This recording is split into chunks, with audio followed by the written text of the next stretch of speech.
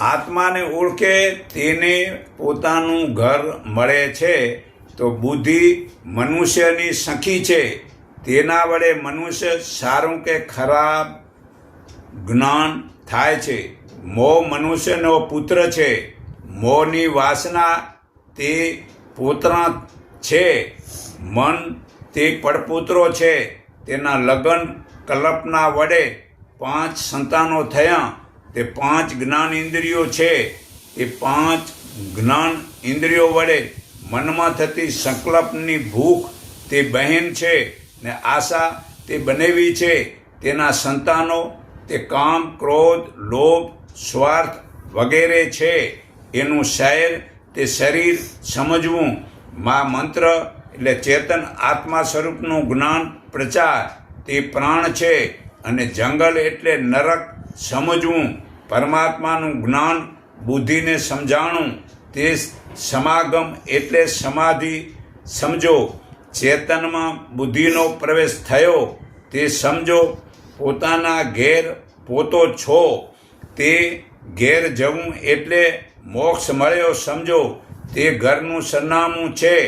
હું શરીર નથી, હું આત્મા ચેતન સ્વરૂપ છું.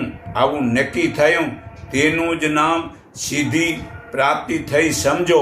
ને તેનું સરનામું મળ્યું સમજો. અને સર્વે શંકાઓ ગઈ તે જ જ્ઞાન સિદ્ધિ છે. બાકી જીવતા વડે જ્ઞાની પાસે જાણી લો. અગર તો જે સિદ્ધિ વડે આકાશમાં ઉડવું તે ચમત્કાર વગેરે બતાવવા તે સિદ્ધિઓ છે.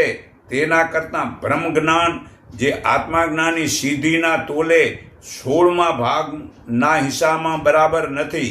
કારણ કે સિદ્ધિ મર્યા પછી કામ આવતી નથી. અને આત્માજ્ઞાન મર્યા પછી પણ કામ આવે છે. કારણ કે સિદ્ધિઓમાં સર્વે જીવો ત્યાં સુધીમાં મર્યાદા પૂરતી રહે છે. પરંતુ મૃત્યુ પછી કામ આવતી નથી. પરંતુ તે આત્માજ્ઞાન સિદ્ધિઓ વિધિ રૂપ છે. તે કારણ કે જાદુગરના ખેલથી કોને આત્માજ્ઞાન થયું છે. સિદ્ધિઓથી કોઈનું ભલું થતું નથી. આત્માજ્ઞાન પ્રાપ્તિની સામે બ્રહ્માજીનું પદ પણ તૃણ સમાન છે.